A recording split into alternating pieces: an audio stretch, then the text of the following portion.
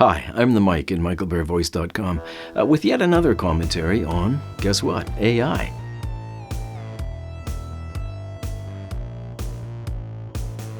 AI is pervasive. It's everywhere out there in the world and on the internet. You could be in an empty room and hear chatter about AI. It is pervasive.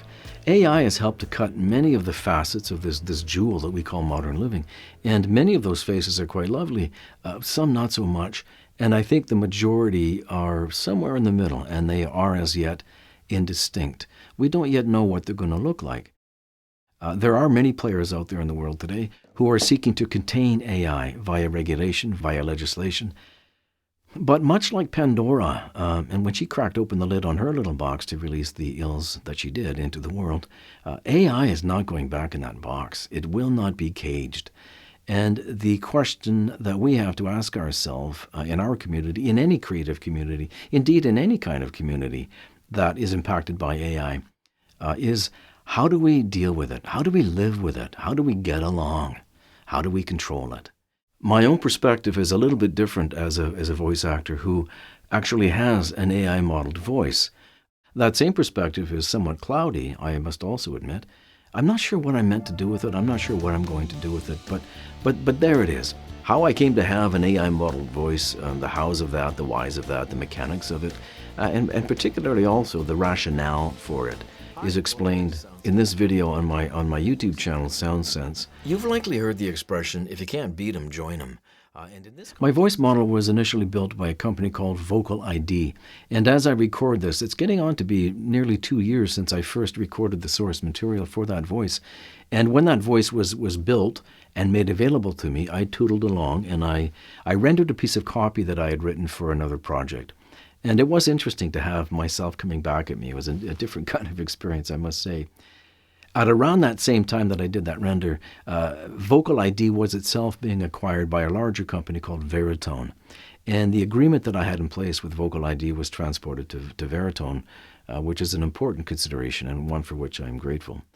They subsequently then turned around and rebuilt my voice model based on the same original source recordings. And what is astonishing to me was the difference in quality, roughly speaking, a year later, 14 months later.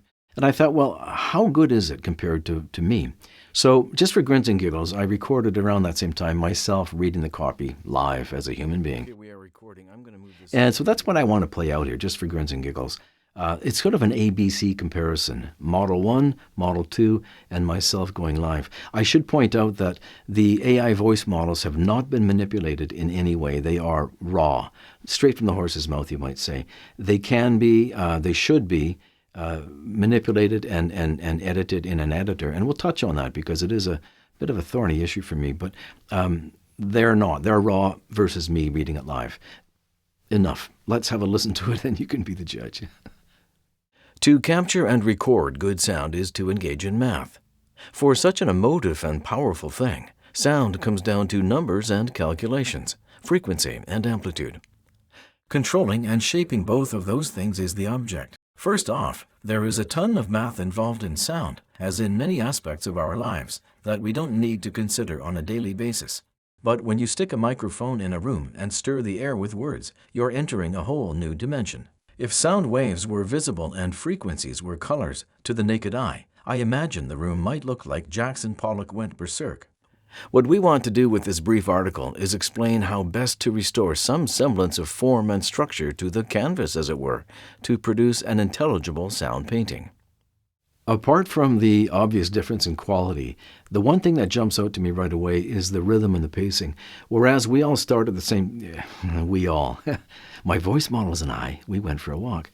The voice models and myself, we all started the same starting point, but very quickly they run out of sync. Now, I'm not trying to do lip sync by any means, but it simply tells me that those models run on a very chugga rhythm. It needs manipulation, and it should be manipulated, and it would normally be. But myself, I'm speaking as a human being. I have, as do you, your own way of speaking, your own mannerisms, your own rhythms and pacings and prosody and all of the things that make us human in the use of language and when we're communicating. It has to be admitted that voice models don't spit out quite as often as I do. It takes some time and effort to make that text sound human. As I've mentioned, I can go into the editor, and I have. For example, in the very first sentence, both models spit out the word record as record. To capture and record good sound is to engage in math. And I've been madly trying to figure out how exactly am I meant to change that vowel. And I haven't been able to do it. And I should also be clear, currently as I record this, I have an email thread in with Veritone to try and understand how to use this editor, because it is not intuitive to me. But the point is that it does take a fair amount of time and effort and, of course, money to make this text sound more human. How many renders would it take to make this piece of copy sing like a human? I have no idea. 10, 15, 50, 100? I really have no idea. It strikes me that it's much simpler to hire a human being to do that and get what you want. Companies that provide this sort of service would sell, I think, subscription packages. I don't know for sure, but I'm assuming one can buy a subscription to a site where you can put in your text and render your audio. And you pay a certain amount of money per month for a certain number of renders, and or you can buy a block of renders, 100 renders, 200 renders, whatever that happens to be. And you can, work it that way. Or, guess what? You can hire a human being. That's what the hire a human hashtag is all about, really. Is how simple is it? How much quicker is it to simply hire a human being? I did a session the other day, and this will be your experience as well, I'm sure. You're in a session, and the director says, can you do it this way? Do it that way. Go up, go down. Yeah. Boom, no problem. And you're done in 30 minutes, and everybody's happy. Now, there will always be companies that are using AI models to produce their videos, to produce their productions. For me, what's interesting is that the longer form stuff, which I think is the assumption on AI that, it'll take over a lot of the long form thing, I'm not sure that that's true. And I only say that because, for example, I watch a few YouTube channels on aviation and that kind of thing. And what I notice is that although the productions are very, very good, the graphics are wonderful, and it's pretty clear that they're using an AI voice. For myself, it doesn't take any length of time for me to get fatigued listening to it. I find it hard. I find it really hard to listen to an AI model for any length of time. And I think that's the truth for most people. And I think in that lies, if not the salvation that we seek, perhaps comfort that we need. People want to hear people. They want to believe that they're listening to people. For myself, in listening to my AI models and me, they're no match for me, is my takeaway. There you have it.